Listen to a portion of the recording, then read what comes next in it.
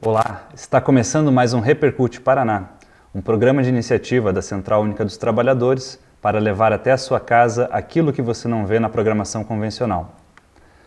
Nos últimos dias 14, 15 e 16 de maio, os bancários de Curitiba e região elegeram a sua nova direção.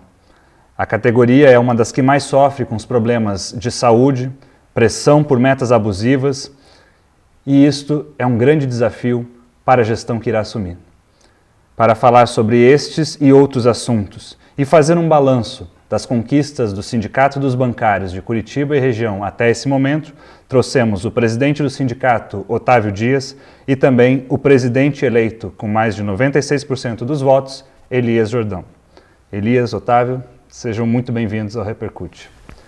Otávio, começar fazendo um pouco uma avaliação, né? O que a gente pode dizer dessa última gestão, né, dessa gestão que está terminando nesse momento? Qual é a tua avaliação, as dificuldades, os principais avanços até aqui?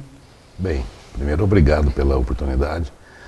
Eu diria que iniciei em 2008, né, como presidente do sindicato, com uma crise no sistema financeiro mundial que, por diversas vezes, a grande imprensa nos cobrava, né? Essa movimentação, essa organização nacional dos bancários, né, e diziam que o mundo está quebrando no sistema financeiro e vocês estão em greve. Mas era toda uma outra história, né, que foi construída lá fora e que de fato desabou o sistema financeiro, mas a organização dos trabalhadores no país, é a única categoria que assina uma convenção nacional, fez com que mostrasse não só para o banqueiro, mas para a sociedade, o tamanho da nossa organização, e com isso agregaram conquistas, né? Porque com crise e sem crise, o sistema financeiro nacional, um dos mais poderosos desse país, ele vem lucrando bilhões e bilhões, né?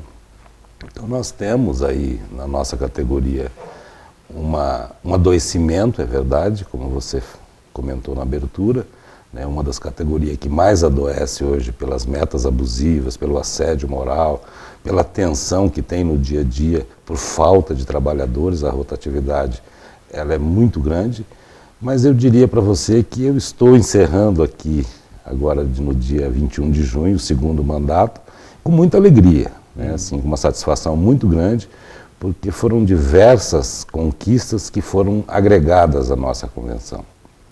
Começando pelo aumento real, né?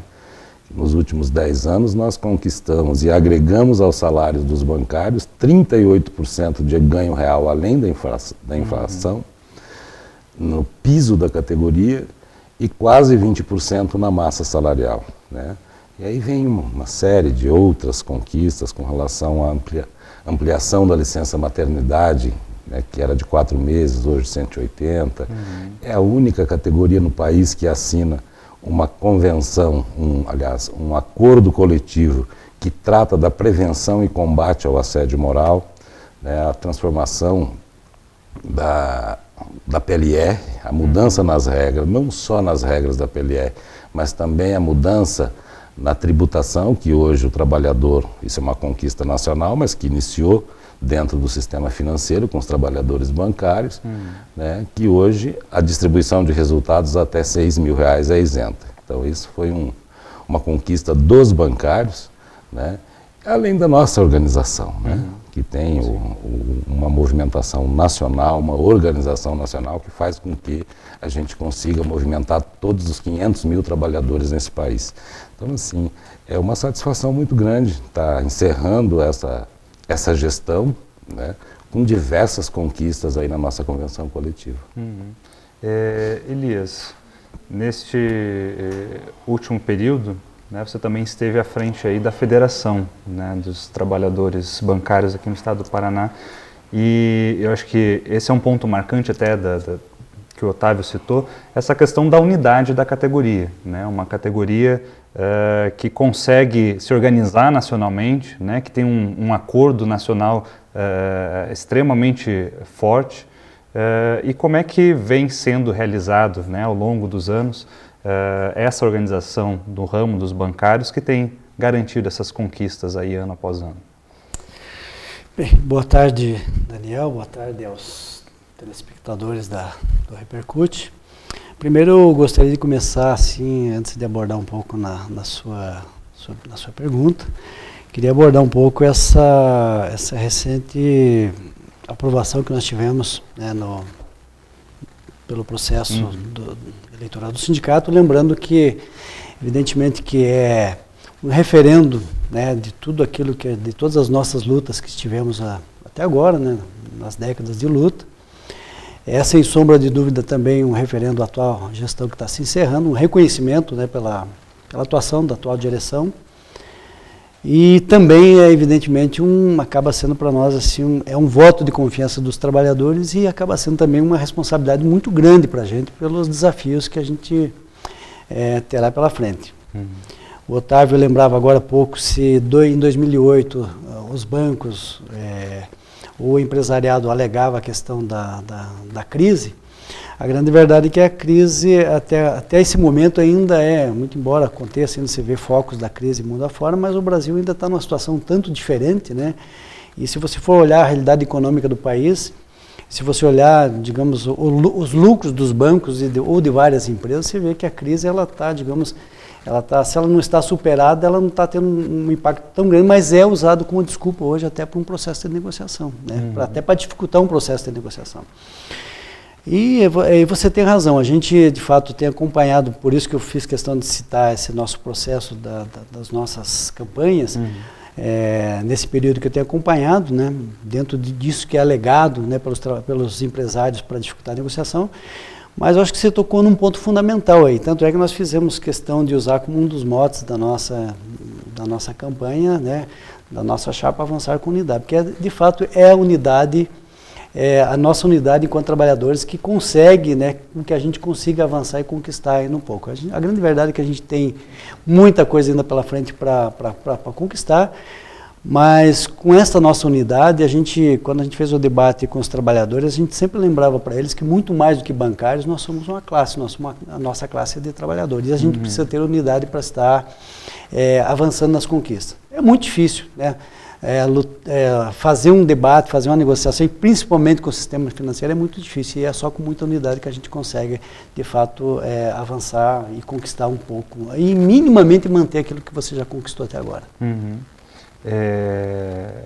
Otávio, essa questão, né, que o Elias coloca, esse embate direto que a categoria dos bancários tem com o sistema financeiro, né, a gente sabe, dentro desse contexto no qual nós vivemos, uma sociedade capitalista, né, onde o lucro, a força do capital é sempre um imperativo, né, contra a vontade, contra a manifestação dos trabalhadores, como é que isso tem afetado o dia a dia dos bancários, né? Você citou a questão dos problemas de saúde, questão de assédio, como é que esse embate direto da categoria dos bancários contra o sistema financeiro, contra o capital, tem afetado as condições de trabalho, né, o dia a dia do bancário?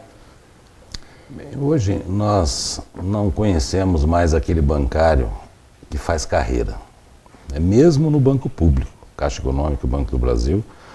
O trabalhador hoje presta um concurso, ele entra, já eu diria que ali até enganado, porque quando vem num edital que o banco oferece, né, ele já não faz parte da luta histórica, né, de jornada de 6 horas, da própria remuneração, do piso, de outros benefícios, um fundo de previdência, enfim, uma série de conquistas históricas. Então você tem um trabalhador que ele com um perfil diferente, né? Agora, a nossa categoria ela vem sendo massacrada nos últimos anos, que vem sendo, com a tal da eficiência que o sistema opera, ela só visa a folha de pagamento. Então você tem uma rotatividade muito grande, o trabalhador é trocado hoje com uma faixa salarial reduzida em 36%, então você tem um bancário insatisfeito, né? Sim. E com isso você consegue essa mobilização e essa organização. É verdade que a gente tem como já disse, um adoecimento da categoria que é gritante, são bancários adoecidos psiquicamente em função dessas metas, dessa agressividade de metas abusivas, mas por outro lado, chega na hora da luta, o bancário também vê que ou ele tem a iniciativa de estar entrando nesse movimento para tentar melhorar mesmo o processo negocial, ou o rolo compressor ele vem e acontece no nosso dia a dia que não tem. E eu diria para você que nós, modéstia à parte aqui, não só em Curitiba, mas também o Elias à frente da FETEC Paraná, da FETEC CUT Paraná, a gente tem uma organização, mas muito à frente daquilo que a gente vê nacionalmente, né? O Paraná tem sido assim linha de frente em todo esse processo de organização, todo esse processo de mobilização, né? E o trabalhador tem respondido. Nós iniciamos o ano passado, que foi uma das maiores greves dos últimos 20 anos, né? Com 6 mil agências paralisadas no país, e 22 dias depois, no encerramento, já chegava a 12.200. Então, é uma organização muito forte e eu diria que isso é fruto dessa rotatividade que acontece no dia a dia, desse adoecimento que vem afrontando aí a nossa categoria, e ele vem respondendo porque não suporta mais tanta pressão. Ainda nesse assunto de saúde e adoecimento, Elias, a gente sabe que com muita pressão dos trabalhadores, tem avançado nacionalmente o debate, né, acerca das questões de saúde do trabalhador, né, o reconhecimento, por exemplo, do nexo técnico-epidemiológico, né, para esses trabalhadores que buscam os seus direitos através do INSS, enfim. Mas qual o reflexo hoje, né, desses avanços, do avanço desse debate diretamente, né, na vida, no dia a dia do bancário que está lá na agência, que está sofrendo, que está adoecendo, né, com as metas, com o assédio e tudo mais. Esse bancário ele tem conseguido alcançar, né, esse direito, o direito à sua própria saúde, ou, né, o que a gente precisa fazer ainda para que de fato isso seja um direito para a categoria? Então, nós... Em outras oportunidades, nós já debatemos aqui que a nossa campanha salarial ela tem tocado muito nesse assunto da saúde e condições de trabalho, né? Para nós tem sido assim bastante preocupante, tanto é que a gente tem reiterado diversas vezes que nas nossas campanhas salariais, quando a gente inicia um processo de negociação, a gente privilegia sim, a gente faz sim o debate da questão da remuneração, que a gente tem aquela leitura que todo o lucro que os bancos têm, né, os lucros bilionários que não param de crescer, são frutos, evidentemente, da força de trabalho dos trabalhadores, né? E nós temos sido bastante críticos até o formato hoje que os bancos, a forma que os bancos remuneram hoje, os trabalhadores remuneram muitas vezes os seus altos executivos com altos bônus, né? E muitas vezes para o trabalhador sobra lá uma quirera, um restinho lá, e a gente bate muito na questão da remuneração, porque a gente acha, é justo, é legítimo que o trabalhador, de fato, busque e reivindique aquilo que é o seu direito, aquilo que ele produziu. Agora, para nós tem sido muito mais preocupante que isso, de fato, a questão da saúde e condições de trabalho. Que hoje é fato dado que você tem um número muito grande de trabalhadores adoecidos, não só pela LER, mas hoje a nossa categoria é uma categoria que tem dados estatísticos que as doenças psíquicas são muito alto o número de afastamento e até de diagnósticos, né? E a gente sabe que a causa disso vem justamente por conta daquela pressão que ele recebe no dia a dia, com as metas abusivas, com a insegurança com relação ao emprego, se ele vai ter o emprego no dia seguinte, as condições de trabalho. Hoje, assim, a gente até fala assim que nos nossos atos a gente fala para a população e para a sociedade que do lado de fora os bancos são muito bonitos, né?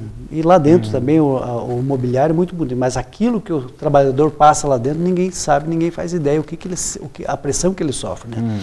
Então a gente tem avançado assim, tanto é que a própria LER, que até 10, 15 anos a mais era uma doença assim, que era totalmente desconhecida, com muita insistência, com muita persistência ela foi reconhecida. Então hoje ela tem um reconhecimento enquanto uma doença ocupacional de fato, né?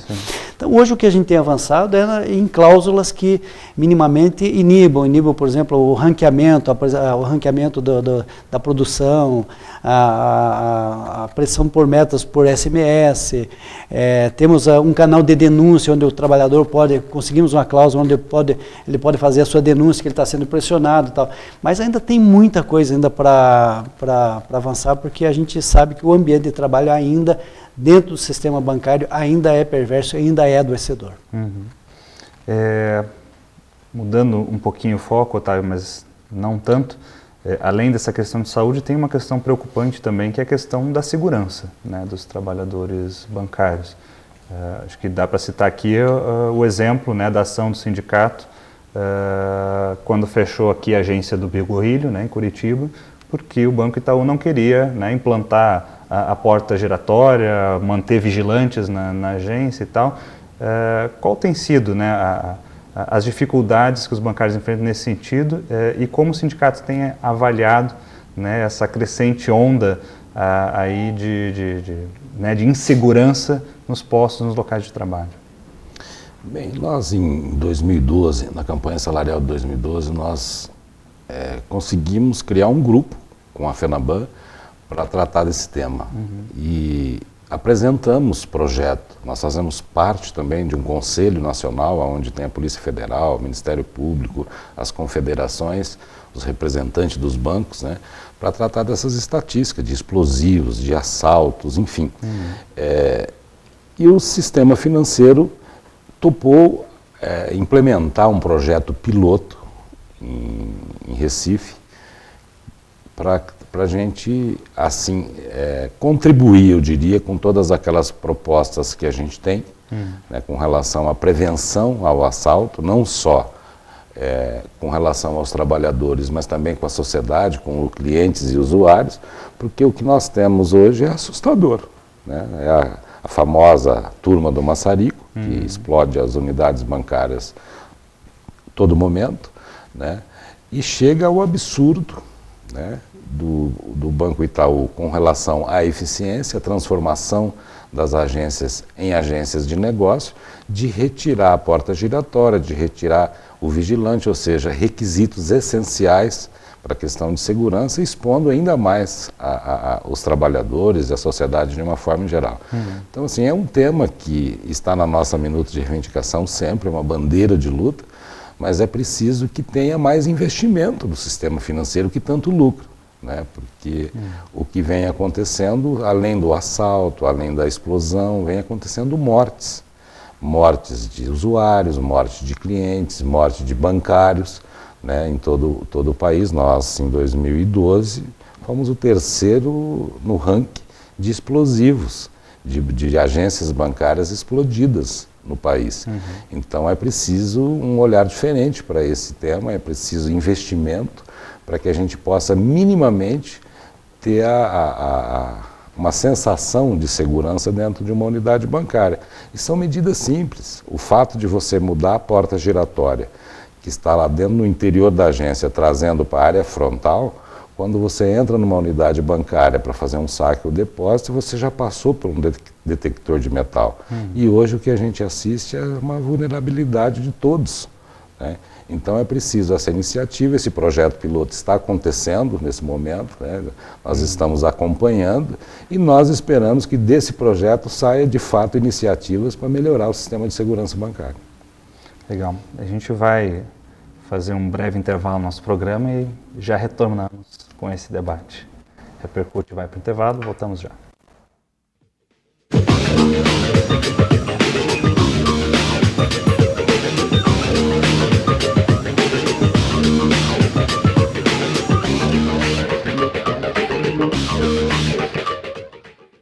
Eu estou aqui para falar sobre algo muito grave.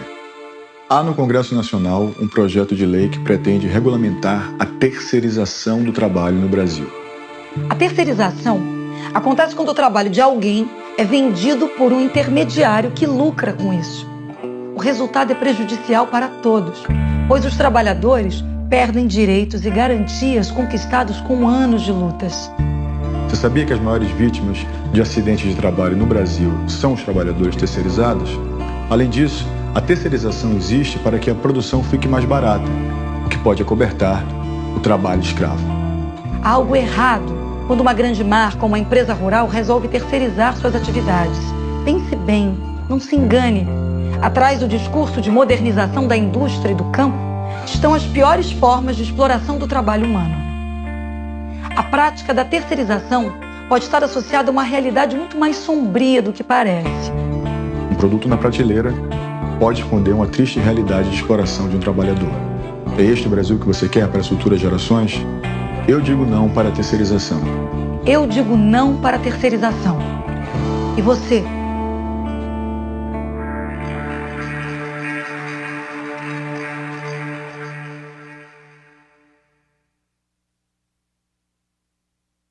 Acredite em mim, Cristina. E por favor, me aceite. E antes do que imagina, vai ter a sua... Ô, pai, que horas começa o futebol? Não era às 9? Antigamente era às 9, mas agora é depois da novela. Novela? Por quê? Porque a emissora da novela vai transmitir a partida e ela determina que o jogo comece depois da novela. Que absurdo, pai. Estou ficando com sono. Por que essa emissora determina uma coisa que não é da conta dela? A emissora que corte a novela. Pois é, filho, uma televisão não deveria determinar o horário do jogo. Mas determina, né, pai?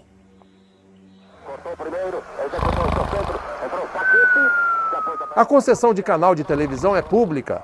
Uma emissora de TV deveria servir ao interesse de todos e não o contrário. Por isso quero falar também.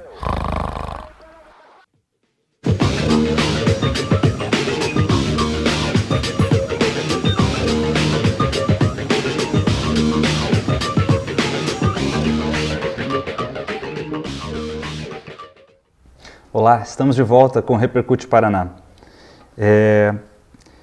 Elias, no bloco passado a gente falou um pouco, né, dos avanços até aqui, né, da mobilização da categoria, algumas pautas que vêm afligindo, e uma das coisas que você citou na tua fala foi esse crescente aumento no lucro, né, dos bancos.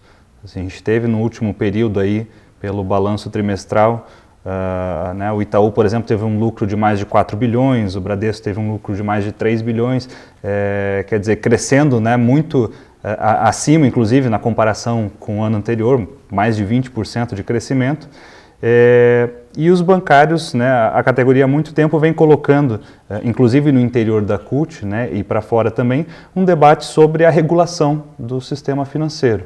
A proposta da realização de uma conferência do sistema financeiro e tal. Como é que proposta é essa e como é que isso tem se amadurecido ao longo dos últimos anos? Esse é um debate que a gente tem feito, não é um debate ainda concluso, né, que nós temos feito, agora a gente de fato tem puxado esse debate dentro da central, né, até por conta assim que o sistema financeiro hoje, ele funciona sem qualquer controle da sociedade, né? Sem qualquer controle da sociedade, os bancos não cumprem o seu papel, né? Muitas vezes os bancos colocam lá, até para efeito de marketing, colocam lá como socialmente responsáveis, mas que de fato socialmente responsável não tem nada, né?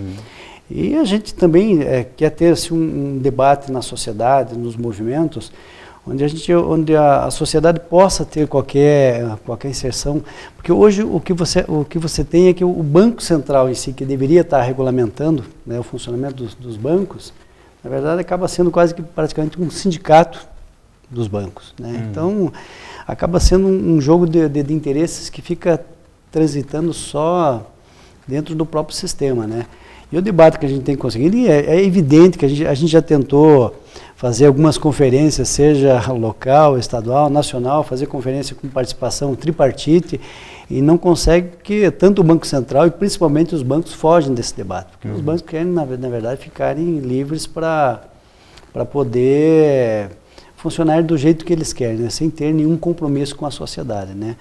Tanto é que você percebe que os investimentos que são feitos hoje, muitas vezes os bancos só conseguem, muitas vezes, fazer uma liberação maior de crédito ou, digamos, trabalhar a questão da taxa de juros muitas vezes quando são provocados, como o próprio governo, uns tempos atrás, colocou a Caixa e o Banco do Brasil para serem reguladores do mercado, né? Então, mas isso não é suficiente, a gente quer fazer um debate sim, onde a gente possa ter uma inserção maior à sociedade, os movimentos, principalmente a sociedade, no que diz como que o sistema financeiro que o país precisa. Né? Uhum. E quais são as perspectivas para esse debate, Otávio? Você acha que a gente consegue visualizar alguma coisa nesse futuro breve?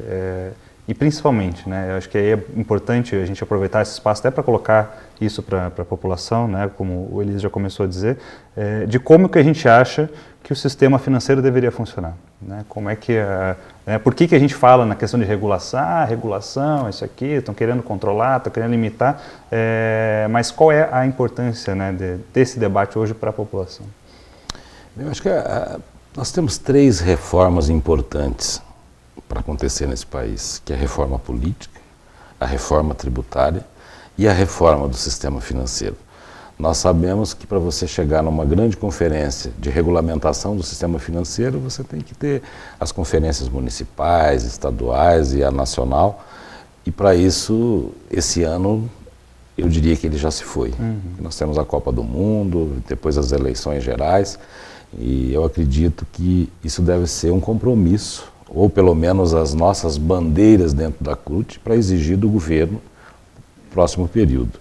Agora, a sociedade precisa perceber que nós vivemos um sistema financeiro agressivo, mas muito agressivo, mas não só com relação à tecnologia, com relação aos avanços que a gente vê no dia a dia, né, mas uma agressividade com relação à sociedade, com altos juros, com tarifas abusivas, né, e, como o Elias lembrou, de um sistema, de um banco central que eu diria que não está atuando, né, da forma que deveria. Então é preciso mais envolvimento. As pessoas não percebem que ela entra num banco hoje, faz todas as suas operações num autoatendimento e paga por isso. Né? O próprio nome já diz, é autoatendimento. Né? E por outro lado, nós temos hoje uma dívida interna absurda e os principais credores dessa dívida é o sistema financeiro.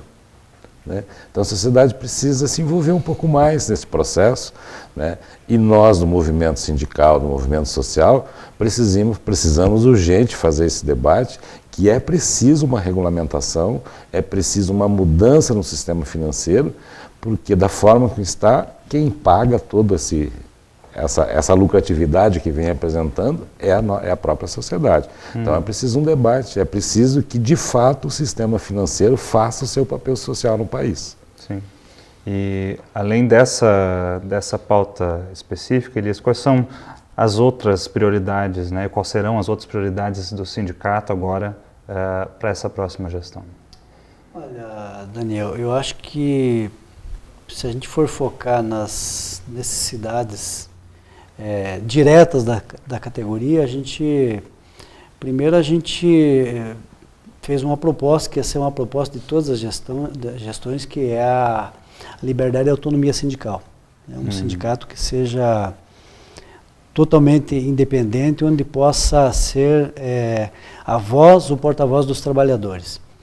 E a gente percebe essa necessidade principalmente porque não só pelo sistema financeiro, né, que é o que a gente se dialoga e fala, que é quem manda nesse país, infelizmente, né, quem faz toda a pressão, mas a gente percebe da parte dos trabalhadores, mesmo aqueles que em determinado momento acreditam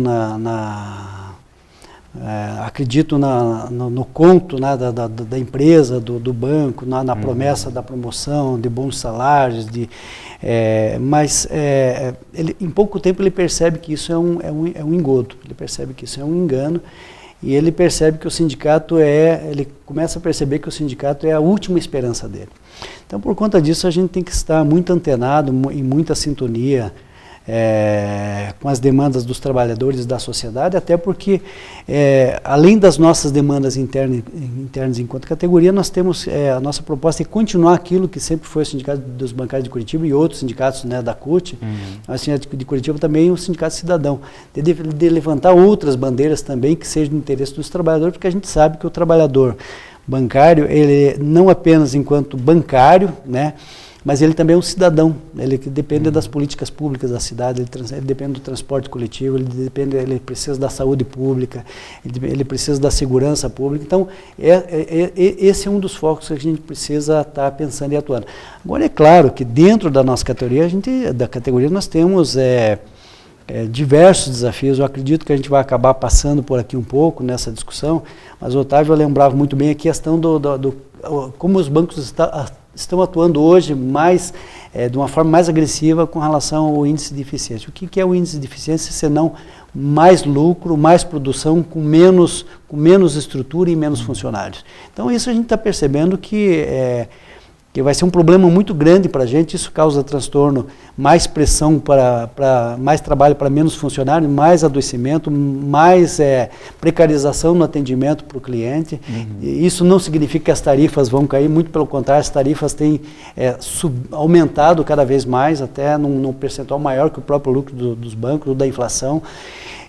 E assim, numa situação onde a gente percebe também que nessa tal de índice de eficiência ou terceirização que acontece, a gente percebe também uma virtualização do sistema, né? Onde você tem um desafio muito grande aí, que boa parte hoje do atendimento é feito, a conta corrente vem para dentro da agência, mas o atendimento é feito fora da agência, seja pelo autoatendimento, seja pela internet. E ainda no tal de índice de eficiência se joga a questão do correspondente bancário, onde muitas vezes, voltando um pouco na questão da própria segurança, os bancos, para economizarem, trazem a conta corrente para dentro, mas fazem o atendimento muitas vezes em lotéricas, muitas vezes você vê aí na cidade, você vê filas para o lado de fora da lotérica, na chuva, sem segurança.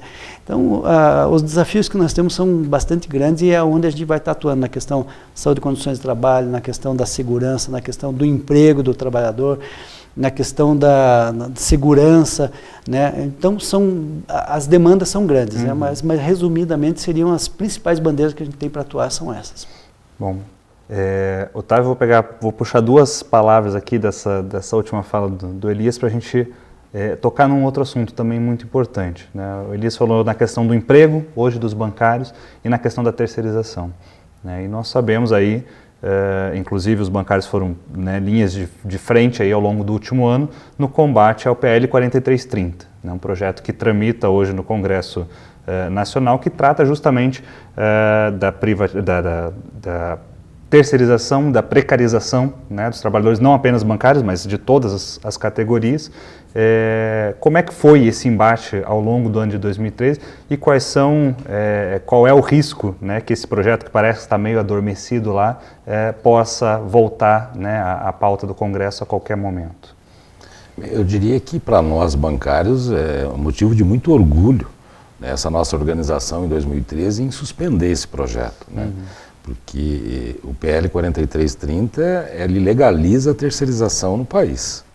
E eu diria que isso seria um desastre, né, da forma com que está sendo debatido no Congresso Nacional.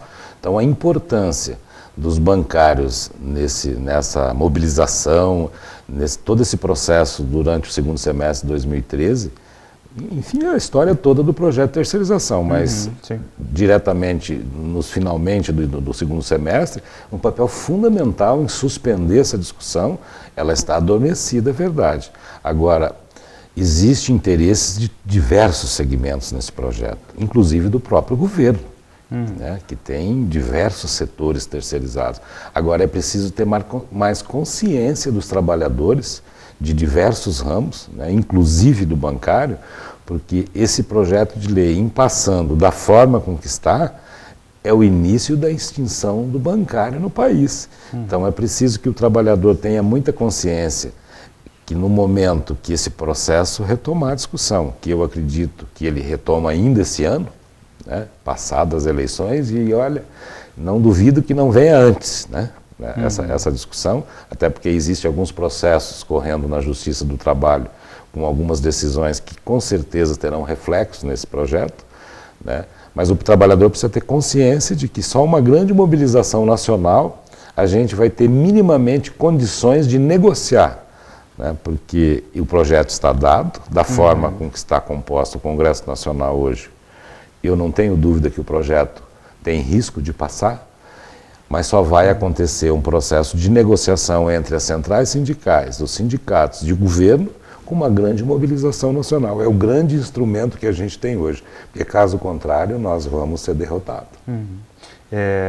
Ainda em cima desse tema, Elias, a gente já falou aqui que hoje, né, com a condição atual de trabalho dos bancários, a gente já consegue perceber essa precarização, né, dos postos, dos locais de trabalho, da cobrança e tudo mais. Como é que isso vai piorar, né, caso esse projeto seja de fato aprovado pelo Congresso? Eu acho que o Otávio fez uma observação bastante importante. Isso, na verdade, eu diria que o problema não é que vai piorar, vai extinguir uma categoria, né, de fato.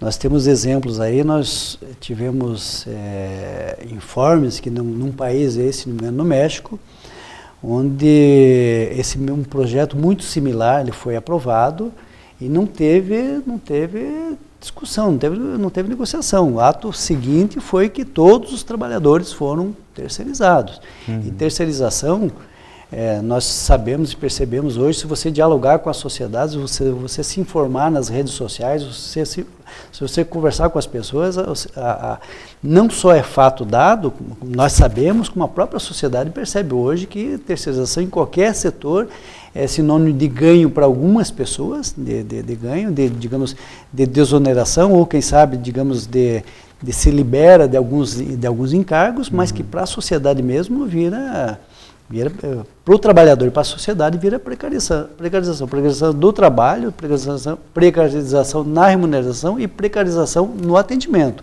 Então, eu acho que é isso que ninguém quer, e para nós é bastante preocupante, de fato, o que pode vir pela frente. E o Otávio lembrou bem, assim, que nós mostramos que mobilização com mobilização é possível reverter. Então, a gente está bastante atento, porque a gente sabe que isso pode, de fato, voltar, e se ela voltar, a gente tem que estar preparado, e o trabalhador tem que estar... E eu acho que nós nos orgulhamos muito, enquanto bancários mesmo, porque nós, num primeiro momento, a gente percebia que quando a gente levantava a tese, quando a gente mostrava para eles com relação ao que poderia ser o 4330, muita gente não sabia do que se tratava. Já nos finalmente, os bancários estavam assustados e estavam assim, chamando o sindicato e apoiando que o sindicato fizesse as lutas, participavam de abaixo-assinados, já estavam entendendo o que era e já estavam preocupados com isso, né? Então, eu acho que nós tivemos um papel muito importante da conscientização e tivemos o apoio e o respaldo da categoria, e eu acho que é isso que a gente precisa ter daqui para frente. Em qualquer ameaça que tenha, a gente voltar a fazer esse diálogo com os trabalhadores e ter esse apoio, e principalmente a questão da mobilização, que ficou provado que com mobilização você consegue reverter processos aí que são perniciosos aos trabalhadores. Dá para dizer, Otávio, que o 4330 seria basicamente o fim da CLT como a gente conhece hoje, né? O fim dos acordos coletivos, o fim do que a gente conhece hoje por categorias, né, por ramos constituídos nesse país, seria o fim.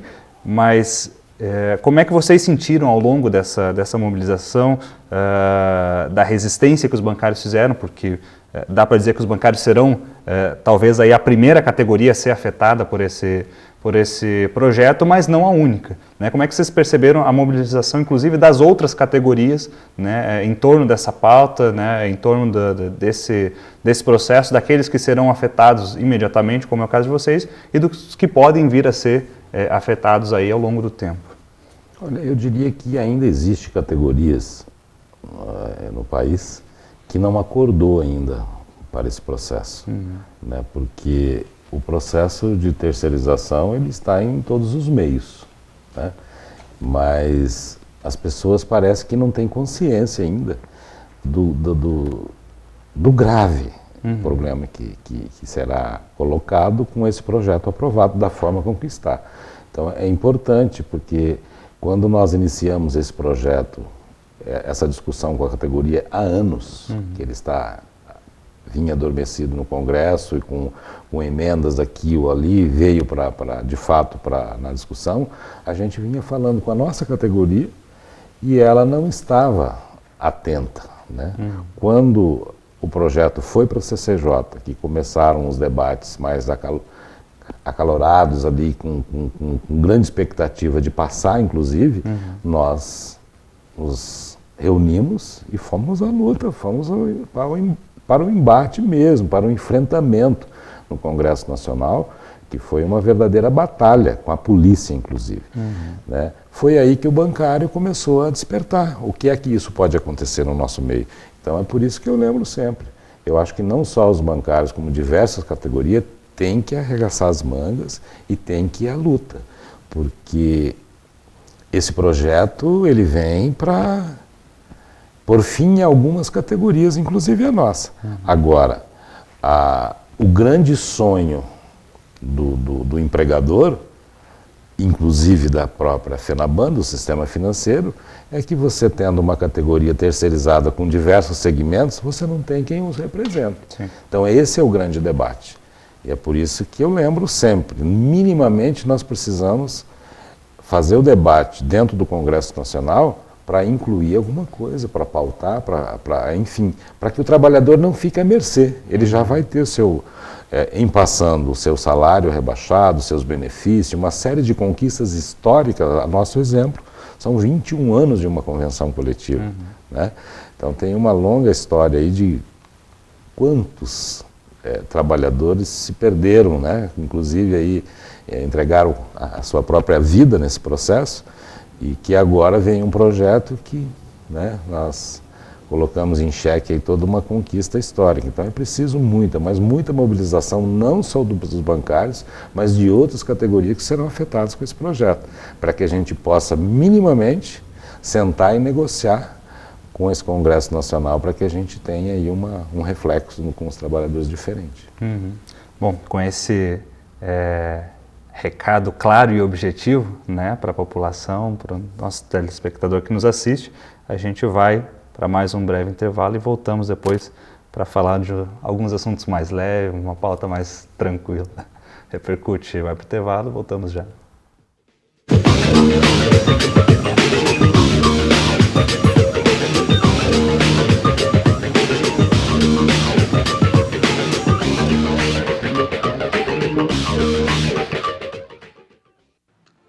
Olá, eu sou Osmar Prado e estou aqui para falar sobre algo muito grave. No Congresso Nacional, um projeto de lei pretende regulamentar a terceirização do trabalho no Brasil. Imagine a escola dos seus filhos sem professores, hospitais sem médicos e enfermeiros, uma construtora sem operários. Todos substituídos por profissionais com menos direitos e garantias. A terceirização se dá quando o trabalho de alguém é vendido por um intermediário que lucra com isso. O projeto pretende autorizar essa prática de forma generalizada. O resultado será prejudicial a todos os brasileiros, pois os trabalhadores perderão direitos e garantias conquistados com anos de lutas. A proposta traz benefícios apenas para os empresários que usarão a mão de obra com custo baixo. Basta lembrar que os maiores índices de acidentes de trabalho que hoje ocorrem no Brasil atingem os trabalhadores terceirizados. Caso ocorra a aprovação desse projeto, teremos redução dos atuais salários e empresas sem empregados. Pois todos serão terceirizados. A terceirização existe para que a produção fique mais barata, o que pode acobertar o trabalho escravo no Brasil. Não podemos permitir que poucos ganhem com o trabalho de milhões. Esse é o Brasil que você quer para as futuras gerações? Eu digo não. Eu digo não. Eu digo não. Não para a terceirização do trabalho. E você?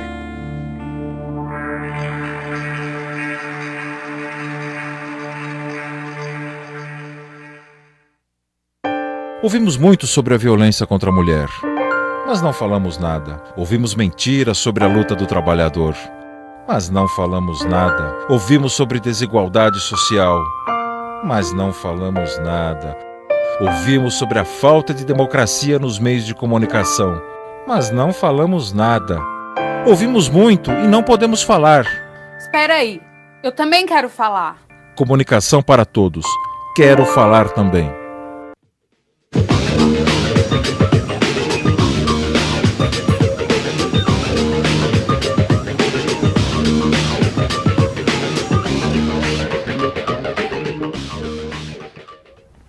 Olá, estamos de volta para o último bloco do Repercute Paraná, conversando hoje com Elias Jordão e Otávio Dias sobre o Sindicato dos Bancários de Curitiba. Otávio, o Elias já citou aqui no bloco passado, né, eu acho que é importante a gente retomar essa questão, que os sindicatos bancários eles sempre foram muito envolvidos com as pautas, inclusive para além da sua própria categoria. Né, esse conceito do sindicato cidadão, de ter um sindicato que olha para o todo, né, para o conjunto da sociedade, valoriza esse conceito de classe e se envolve nessas atividades extrasindicais. Né? Eu acho que um desses exemplos é o envolvimento direto do sindicato hoje no processo da construção do plebiscito popular por uma reforma constituinte, por uma reforma do sistema político. Como é que vocês avaliam, né, como é que tem sido o envolvimento de fato do sindicato nessa questão e como é que vocês avaliam hoje essa ideia, a importância desse movimento hoje pelo plebiscito? Sim, eu gostaria de fazer um registro. Nós agora nos últimos 2 anos, nós realizamos a primeira Conferência Nacional dos Bancários, aliás a primeira na história do Sindicato de Curitiba, que foi realizado aqui em Curitiba, um evento com quase 1000 bancários do país, um evento muito bonito, né, onde você prepara toda uma pauta da categoria para apresentar os banqueiros.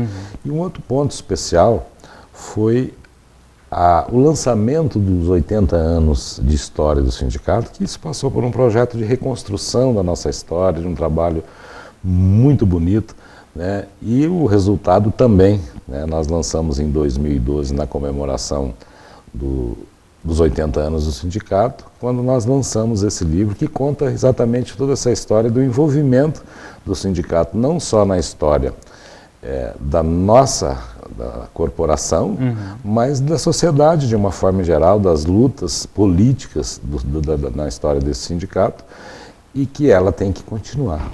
Né? E eu acredito muito que o envolvimento nesse momento da reforma, que as pessoas precisam entender um pouco, né, se envolver, porque nós estamos vivendo numa crise, e essa crise não é só no nosso país, é uma crise mundial onde as pessoas não acreditam mais em partido, não acreditam mais na política, e isso é péssimo, né, porque quando você tem uma juventude que não se envolve num projeto, nós vamos, diz o ditado, que quem não gosta de política elege quem gosta. Né? Então a grande verdade é que é preciso que os sindicatos, que a sociedade, para convencer a sociedade a se envolver nesse projeto, para que tenha de fato uma transformação política no nosso país.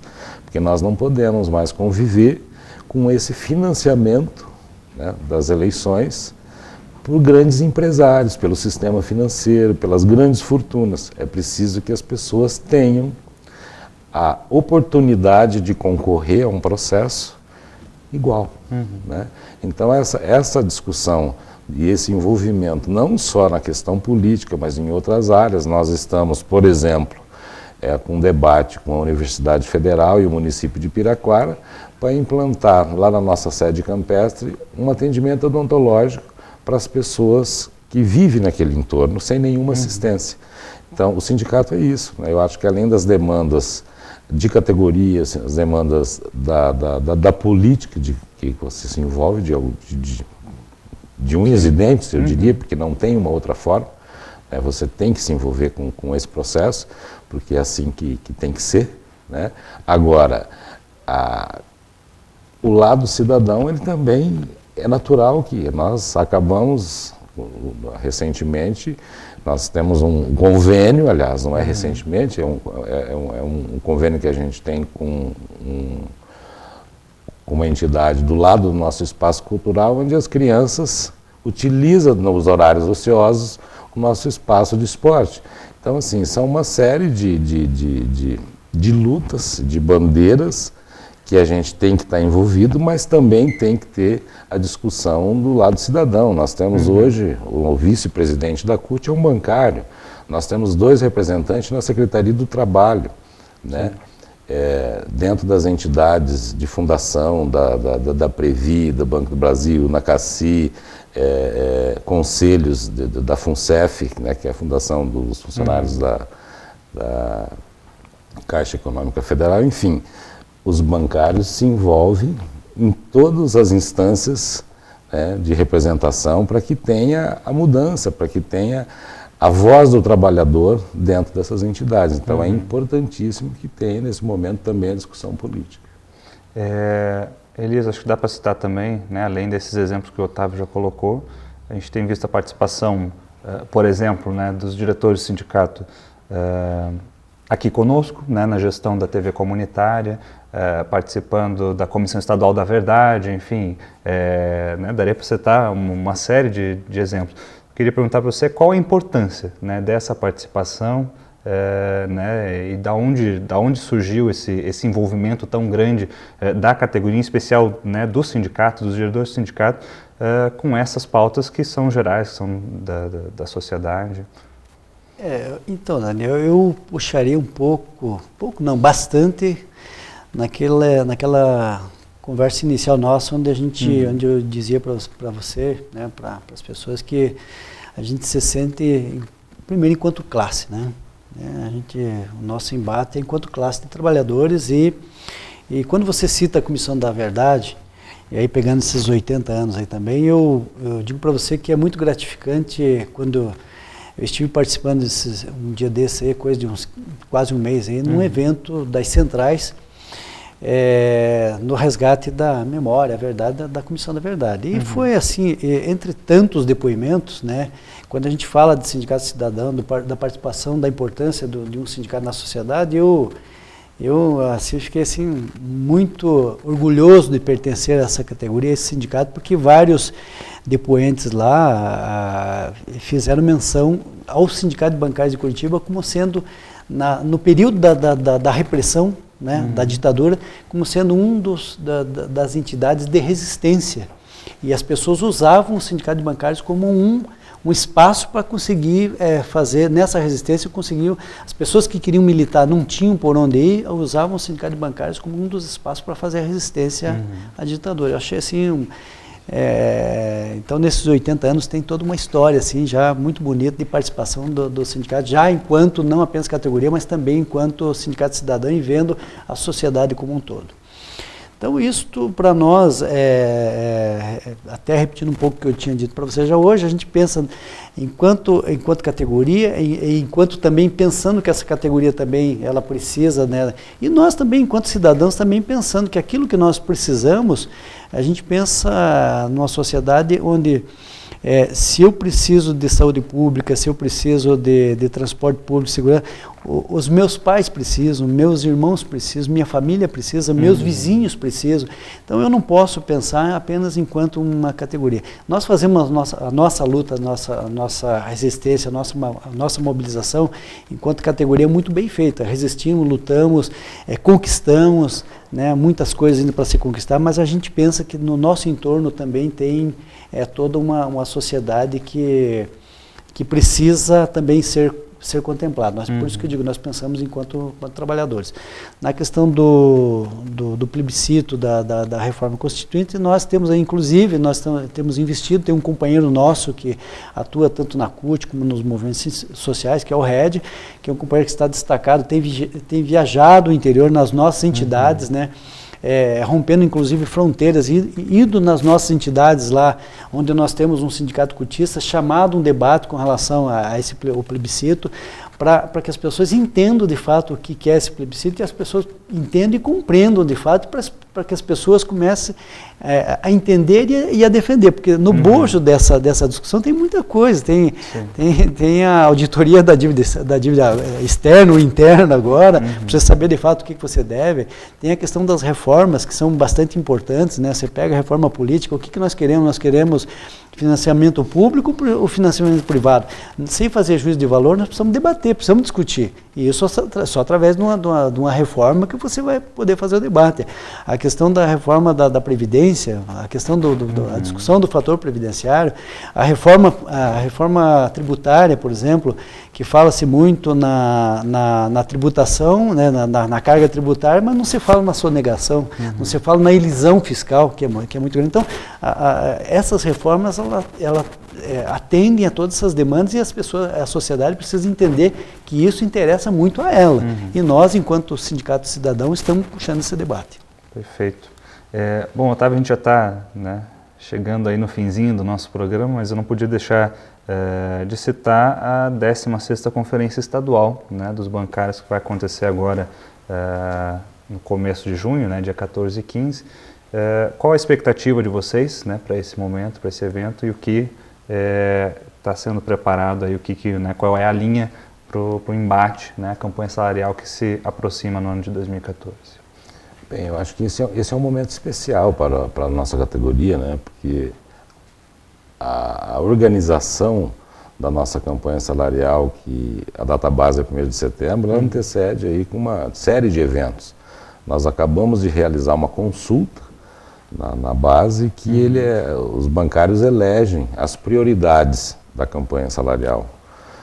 Na semana seguinte, no dia 27, nós temos uma plenária regional para fazer o debate com os trabalhadores, assim como está acontecendo em Londrina, na região do Pacto, lá que pega Campo Mourão, Guarapuava. São 3 regionais, né? E essas demandas são levadas para a conferência estadual, né, nos dias 13, 14 e 15 de junho. Então é muito importante a participação dos bancários, né, porque é nesse momento que nós aprovamos uma série de temas, né, da posição, na verdade, do Paraná, que será levada no final de julho para a Conferência Nacional dos Bancários, que acontece em São Paulo. Então esse momento é um momento muito rico, não só para debater as questões específicas da categoria, os acordos específicos de Caixa e Banco do Brasil, mas também as discussões políticas que estão no nosso entorno, né? Então esse é um momento que os bancários devem participar. Nós aproveitamos para convidá-los, para que de fato venham fazer esse debate com as direções e que vão, né, para esses eventos, não só na conferência estadual, mas nacional, que esse é o momento que nós aprovamos a nossa minuta de reivindicação para que a gente possa iniciar um processo de negociação com a FENABAN. Perfeito. Bom, eu queria agradecer muito a presença de vocês aqui conosco, Otávio, Elias, mais uma vez parabenizá-los, né, em nome do Repercute e também da CUT Paraná por essa belíssima eleição, por esse processo que vocês viveram nos últimos dias, e desejar toda a sorte, todo o sucesso à próxima gestão, parabenizar a gestão do Otávio que está se encerrando e mais uma vez agradecer a participação de vocês aqui conosco. O Repercute vai ficando por aqui. Você pode mandar suas críticas e sugestões para o nosso e-mail. Muito obrigado e até o próximo programa.